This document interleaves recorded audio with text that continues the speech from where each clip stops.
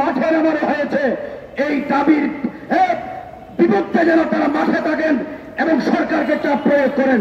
আমরা স্পষ্ট ভাষায় বলতে চাই, নারী কমিশন বাতিল করতে হবে। কোন নারীবাদী এই উগ্র সন্ত্রাসীদেরকে মাঠে নামিয়ে নারী কমিশন বাতিল রোধ করা যাবে না।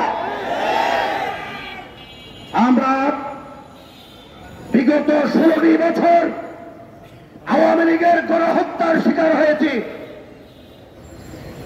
আওয়ামী লীগ যতগুলো গণহত্যা চালিয়েছে, গণহত্যার বিচার বাংলার জমিনে করতে হবে।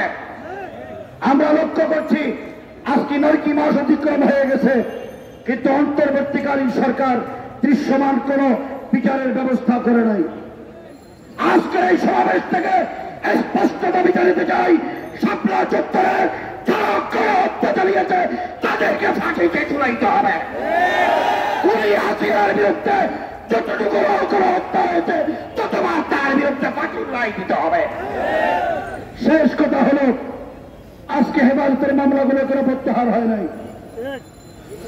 অন্তর্বর্তীকালীন সরকারের মাননীয় প্রধান উপদেষ্টা, আপনার মামলাগুলো কি অবস্থা জানি না, কিন্তু এই দেশের নিরপরাধ নিরীহ নিরস্ত্র উলামায়ে কেরামের উপরে স্টিম রোলার চালিয়েছে এই আওয়ামী লীগ। এই আওয়ামী লীগকে কোন অবস্থাতে ছাড়তে যাবে না। তাদের কার্যক্রম নিষিদ্ধ করেছেন, কিন্তু ফল হিসেবে আওয়ামী লীগকে আইনি প্রক্রিয়া নিষিদ্ধ করতে হবে।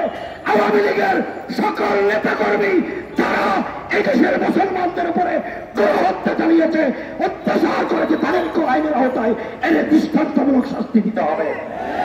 এই দাবিতে নিয়ে আগামী দিনে হেফাজতের সকল কর্মকাণ্ডে কর্মসূচিতে ঐক্যবদ্ধভাবে শরীক হওয়ার আহ্বান জানিয়ে আমার বক্তব্য এখানে শেষ করছি।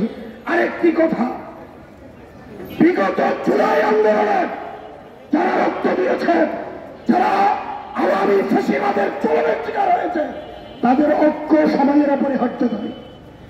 আমরা লক্ষ্য করছি এই ঐক্য বিনষ্ট করে আরেকটি চক্রান্ত ষড়যন্ত্র বাস্তবায়ন করার ষড়যন্ত্র শুরু হয়েছে। দেশের সকল নাগরিক তৌহিদি জনতা ঐক্যবদ্ধভাবে সকল চক্রান্ত